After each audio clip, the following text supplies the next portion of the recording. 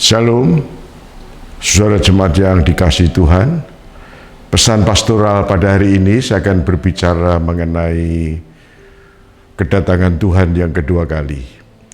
Memang kita tidak menemukan satu bukti yang spesifik, bahkan pernyataan Tuhan Yesus sendiri bahwa tidak seorang pun tahu kapan dia datang. Anak tidak tahu, malaikat-malaikat tidak tahu, ya. Hanya Bapa sendiri yang mengerti. Tetapi paling tidak pada hari ini kita akan mencoba untuk mengidentifikasi tanda-tanda awal menjelang kedatangan Kristus Tuhan kita yang kedua kali. Karena ini adalah merupakan harapan satu-satunya bagi kita orang-orang percaya. Ya. Beberapa peristiwa besar sudah terjadi dan sudah memang berlalu.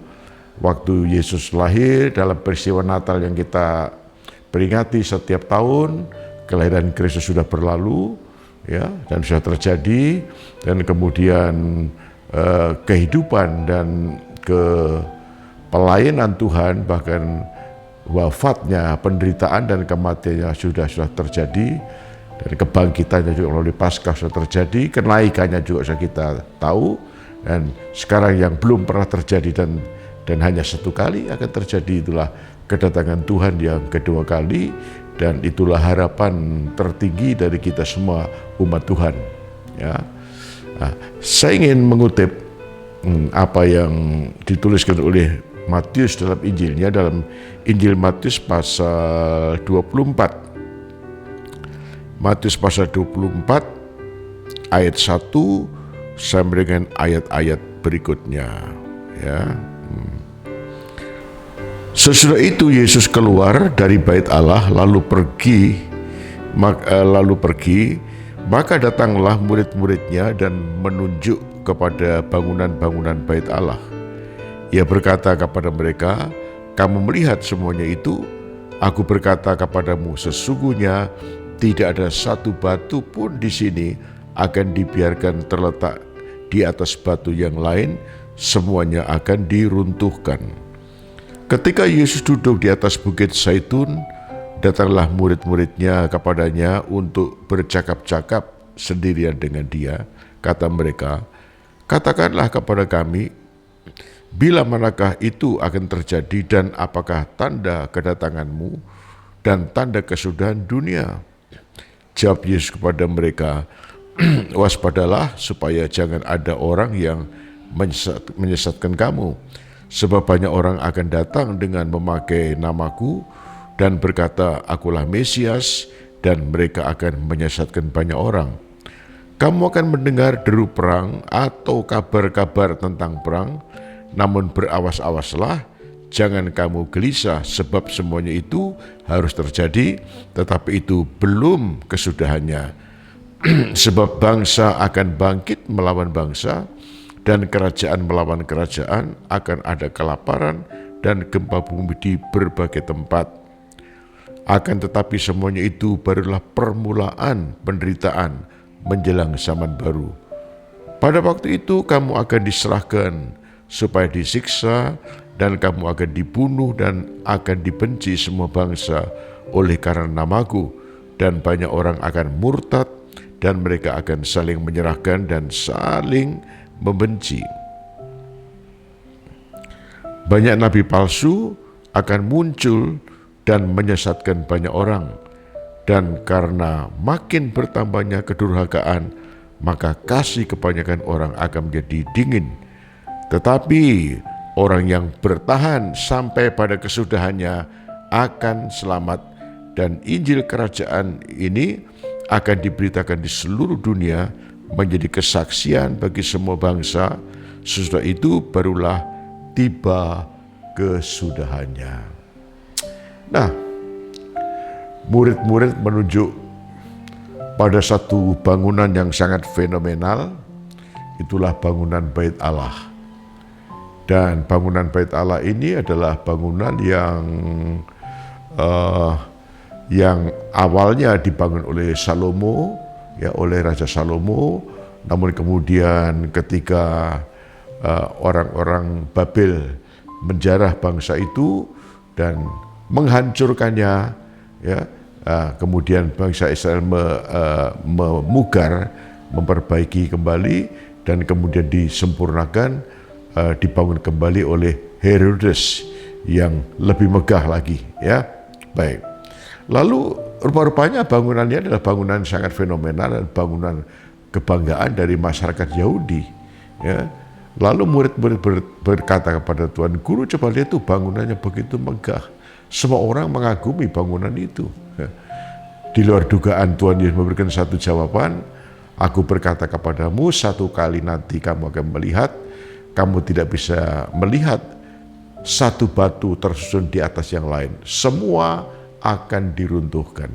Ini sebuah nubuatan.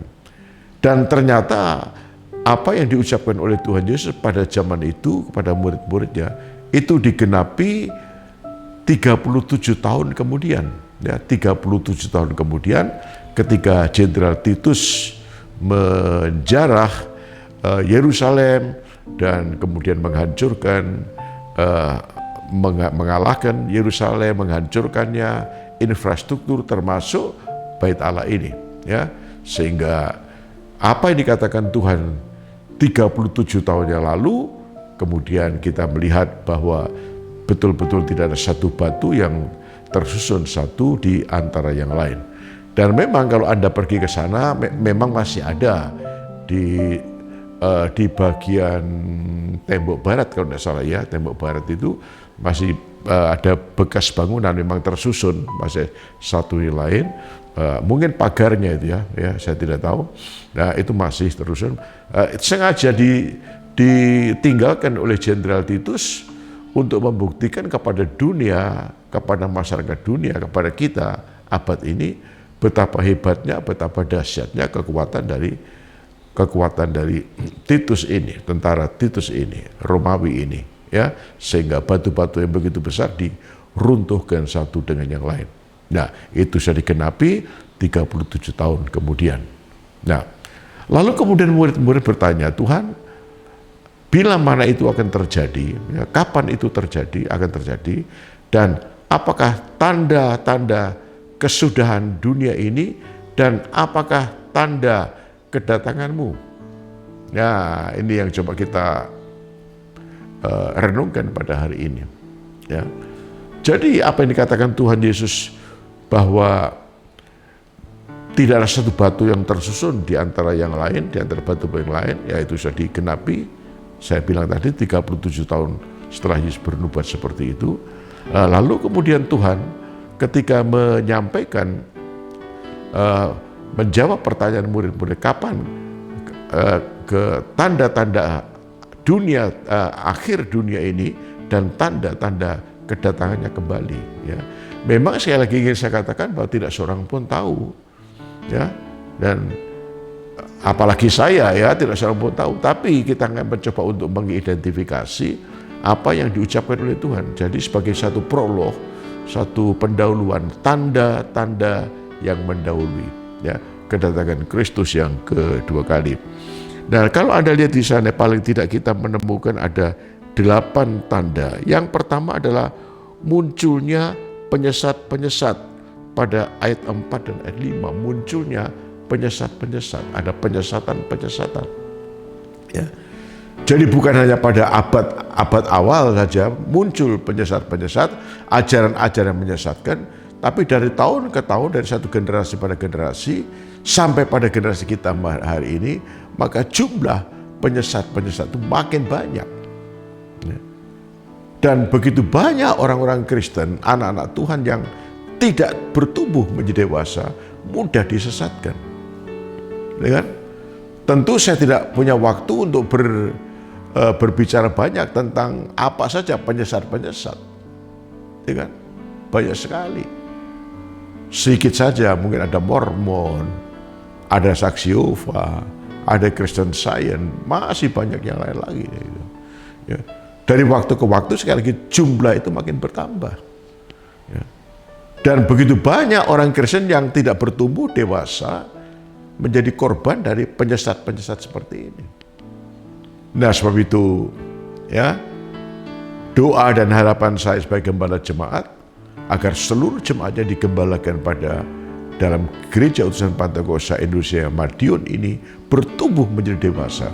Sebab hanya apabila Anda bertumbuh menjadi dewasa, dewasa secara spiritual, dewasa secara rohani, mengerti akan doktrin kebenaran dari firman Allah, Anda tidak mungkin disesatkan. Ya kan? Hanya anak-anak yang mudah dipengaruhi. Angin bertiup ke utara, ya ikut ke utara. Angin bertiup ke selatan dan seterusnya, ikut ke selatan dan seterusnya. Ya, diombang-ambingkan oleh angin pengajaran-pengajaran palsu. Ya, sekali lagi, hanya orang-orang percaya, anak-anak Tuhan yang bertumbuh menjadi dewasa, dewasa dalam kebenaran, berakar dalam firman Tuhan, yang tidak mudah disesatkan. Yang kedua, tanda yang kedua adalah peperangan. Ya, bangsa melawan bangsa, kerajaan melawan kerajaan. Ya, kalau berbicara peperangan, zaman dulu dalam perjalanan lama juga ada begitu banyak peperangan kan ya.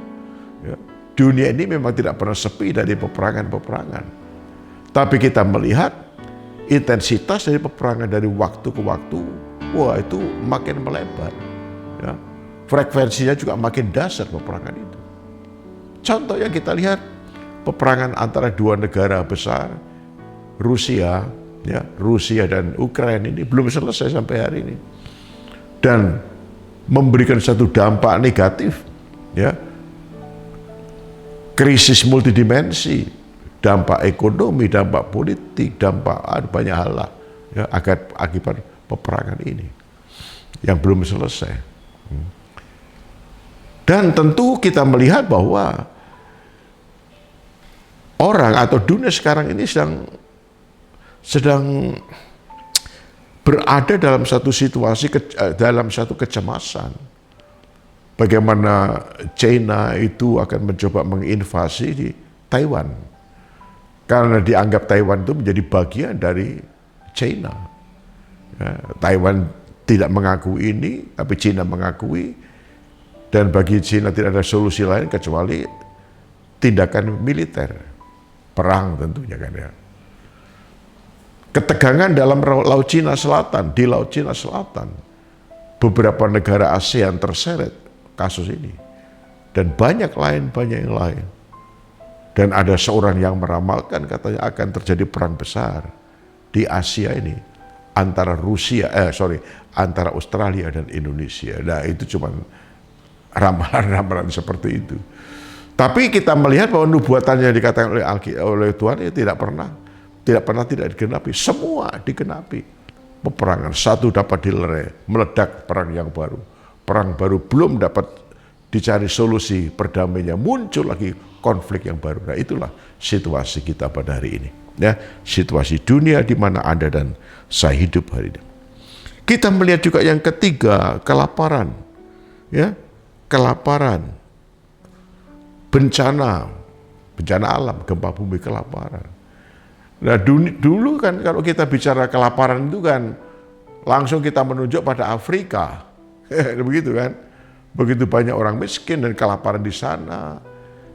Dan ada satu lukisan itu menjadi mendapatkan juara dalam sebuah seni melukis, seni foto ya. Seorang fotografer memfoto ini dan ini viral luar biasa. Yang terjadi adalah kira-kira ada seorang anak laki-laki berumur 6 tahun barangkali begitu, 6-7 tahun dengan tubuh yang kurus, kering, tubuhnya tinggal tulang dibalut kulit ya kayak gitu kan ya. Dagingnya mungkin tipis ya. Yang menarik adalah yang membuat kita haru, yang membuat saya terharu adalah beberapa meter ini si anak laki-laki 6-7 tahun ini dia duduk di atas pasir, di atas tanah. Beberapa meter di situ ada beberapa ekor burung pemangsa bangkai. Rupanya burung-burung ini tahu instingnya, punya insting, dia tahu melalui instingnya bahwa beberapa saat ini anak ini pasti mati jadi mangsa. Nah, ini bukan satu rekayasa ya. Jadi fotografernya bukan mereka, memang ini sesuatu yang real terjadi di situ. Ya. Nah, tapi kalau kita melihat hari ini bahwa ya kelaparan ini bukan hanya di negara-negara miskin, di beberapa negara di Afrika misalnya. Eropa juga terkena dampak ini. Ya. Hari-hari ini juga. Jadi akibat peperangan yang belum selesai antara Ukraina dan Rusia ini, maka support gandum ke Eropa berhenti. Ya. Karena Eropa itu kan makanannya gandum. Semua terbuat dari gandum. Kita bersyukur di Indonesia kita masih makan tepung atau beras barangkali. Lah mereka di Eropa tidak, mereka mengharapkan gandum. Nah mereka nggak punya gandum kecuali mereka dapat mengimportnya, ya, mengimportnya dari Rusia dan dari Ukraina. Dan saya membaca jutaan ton gandum tidak bisa keluar dari negara itu. Nah kita lihat di situ. Nah orang-orang di Eropa juga menghadapi musim dingin ini, winter ini beberapa saat lagi sudah khawatir. Mengapa? Karena konon pemerintah mereka khususnya di Jerman, kemarin cerita dari Pak Silwanus itu, mengurangi itu 70%, gas itu 70%. Karena gas kan dari sana, nah inilah. Dan banyak hal yang lain. Ya. Dan Anda melihat juga negara maju, Amerika misalnya, dulu kalau kita lihat orang-orang yang gelandangan, itu ada di beberapa negara di Asia, di Afrika juga. Tapi di Amerika juga ada begitu banyak orang yang homeless. Artinya karena kan harga-harga membubung naik tinggi, tak terjangkau, begitu banyak keluarga yang nggak bisa membayar sewa apartemen, ya, sehingga mereka harus tinggal di jalan-jalan dan seterusnya. Jadi kita lihat kesulitan ini secara global, ya, akan menguasai dunia, menguasai bangsa-bangsa. Kita bersyukur di Indonesia, sekalipun kita juga masih terkena dampaknya, namun kita masih bersyukurlah, Anda masih bersyukur atas kebaikan Tuhan untuk negeri dan bangsa ini, sehingga kita masih bisa menikmati itu semua. Ya, tapi kalau kita bicara kelaparan hari ini, bencana hari ini di mana-mana terjadi. Amerika diancam dengan badai yang dahsyat, yang luar biasa. Ada beberapa negara diancam oleh badai di Taiwan, konon akan diprediksi ada satu bencana gempa yang dahsyat, dan konon itu akan merembet ke Indonesia. Ya, kita tidak tahu. Ya, dan itulah tanda-tanda awal yang Tuhan. Lalu kemudian ada penganiayaan. Nah, zaman gereja mula-mula sudah ada penganiayaan, ya. Tapi penganiayaan dari waktu ke waktu tidak pernah stop. Ya, bagaimana kita lihat anak-anak Tuhan, saudara kita yang ada di Syria, ya, ada di Afghanistan, di beberapa tempat yang lain, mereka mengalami penganiayaan yang begitu signifikan. Berapa banyak orang yang dibunuh karena Kristen itu. Dan ini terus terjadi, ya, penganiayaan terjadi.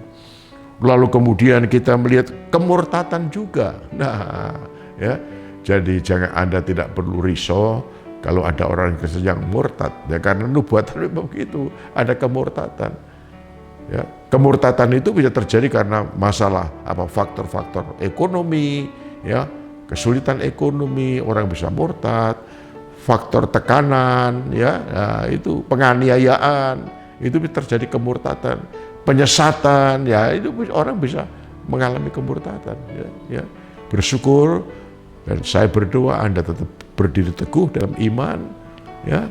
Kita telah menerima anugerah keselamatan di dalam Kristus. Tidak ada nama lain yang memberikan jaminan keselamatan di kolong langit kecuali dalam nama Yesus. Sebab itu kita harus pertahankan itu, ya. Kita harus mempertahankan iman kita, mempertahankan keyakinan kita, mempertahankan iman kita bahwa Yesus adalah Tuhan, ya. Kita menghadapi begitu banyak goncangan, namun biarlah goncangan tidak akan membuat Anda yang mendengar pesan pastor hari ini kita meninggalkan Tuhan dan kehilangan keselamatan. Nabi-nabi palsu dalam ayat 11 kita menemukan itu, ya, mulai muncul nabi-nabi palsu. Nah, apalagi sekarang ini dengan era komunikasi, ya, melalui WA, melalui, ya, itu begitu cepat, ya. Jadi ajaran palsu ini juga, nabi-nabi palsu yang bernubuat itu bisa direkam di mana-mana, gitu, ya. Ya, bisa direkam di mana-mana. Karena melalui media sosial, melalui medsos ini kan, ini medsos ini sesuatu alat yang positif untuk memberitakan kabar baik. Tetapi juga bisa menjadi alat negatif ya. Jadi para nabi-nabi palsu mengajarkan penyesatan ini ya melalui medsos, dan banyak orang Kristen yang terpengaruh olehnya. Ya. Banyak yang terpengaruh olehnya.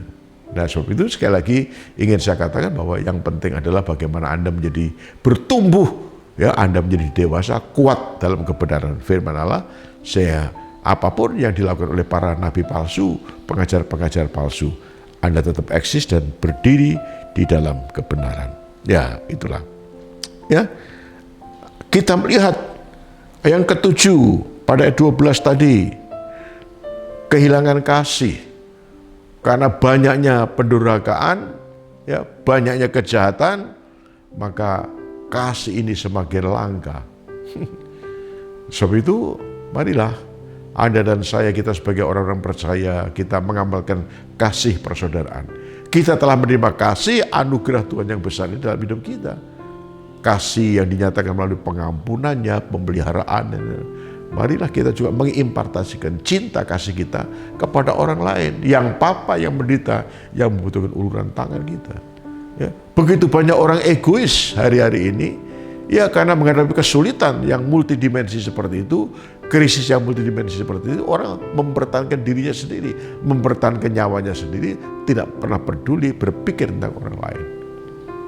Nah, jemaat yang dikasihi Tuhan, mari kita belajar. Ya. Tuhan mengatakan barang siapa yang mempertahankan nyawanya, justru dia akan kehilangan. Namun barang siapa yang rela kehilangan, dia akan mendapatkan hidup yang kekal. Ya, tiada ketiadaan kasih. Dan tanda yang terakhir adalah Injil diberitakan. Nah, hari ini kita melihat bagaimana gereja-gereja punya spirit, punya semangat, rohnya menyala-nyala, termasuk gereja utusan Pentakosta Harvest Madiun. Anda semua, para pria, wanita, ya, para hamba Tuhan semua, ya, saya doakan agar kita punya antusias, ya, Tuhan membakar semangat spirit kita, membakar roh kita, sehingga tidak satu pun di antara kita yang tidak memberitakan kabar baik, memberitakan Injil, karena kita dipanggil untuk memberitakan kabar baik kepada semua orang, ya. Nah, dan inilah merupakan satu tanda terakhir. Dan ketika Anda memperhatikan Matius 24 tadi, tolong dibaca di rumah masing-masing, Anda mulai teliti satu itu, ya, itu sudah hampir semuanya hampir digenapkan. Dan ketika itu sudah hampir digenapkan, kita tahu bahwa kedatangannya sudah dekat. Kapan? Kita tidak tahu, ya, tapi waktunya sudah dekat. Ya, kita lihat ayat 42 sekarang, ya. Dalam pasal yang sama di ayat 42. Karena itu berjaga-jagalah, sebab kamu tidak tahu pada hari mana Tuhanmu datang. Ya, saya ulang. Karena itu berjaga-jagalah, sebab kamu tidak tahu pada hari mana Tuhanmu datang. Kita tidak tahu kapan dia datang. Dia bisa datang 4, 5 tahun, 10 tahun ke depan. Tapi dia bisa datang hari ini atau malam ini. Tidak seorang pun tahu. Jadi yang menjadi tugas dan tanggung jawab kita adalah mari kita berjaga-jaga. Ya, hidup dalam kebenaran, hidup dalam kesucian, dan hidup dalam ketaatan, kesetiaan kepada Tuhan. Kapanpun dia datang, maka kita kedapatan layak dan berkenan di hadapan Tuhan. Tuhan memberkati kita semua. Amin. Bapa di sorga, kami bersyukur hari ini kami telah mendengar dan membaca tentang tanda-tanda kedatangan-Mu. Kami sungguh sadar dan kami tahu bahwa tidak seorang pun tahu kapan Engkau datang. Tapi kami tetap bersyukur karena Engkau telah memberikan prolog tanda-tanda awal sebelum peristiwa besar itu terjadi. Tuhan, sebab itu tolonglah kami, jadikan umat-Mu menjadi bertumbuh mendewasa, kuat dan berakar dalam kebenaran. Ya Tuhan, tolonglah agar kami tetap hidup dalam kebenaran, hidup dalam kesucian, kekudusan, hidup dalam ketaatan, kesetiaan, dan ketaatan akan firman Tuhan. Berkatilah seluruh jemaat ya Tuhan. Kami tahu ketika Engkau datang kembali. Semua akan kami tinggalkan. Oh Tuhan, dan kiranya tidak seorang pun di antara umat Tuhan yang digembalakan, makanya mendengar pesan pastoral ini, dianggap ketinggalan ketika hari itu terjadi. Tapi semua layak berkenan di hadapan Tuhan. Berkatilah seluruh umat-Mu, hamba-hamba-Mu, gereja-Mu, dalam nama Tuhan Yesus. Amin. Tuhan memberkati, terus bersemangat. Amin.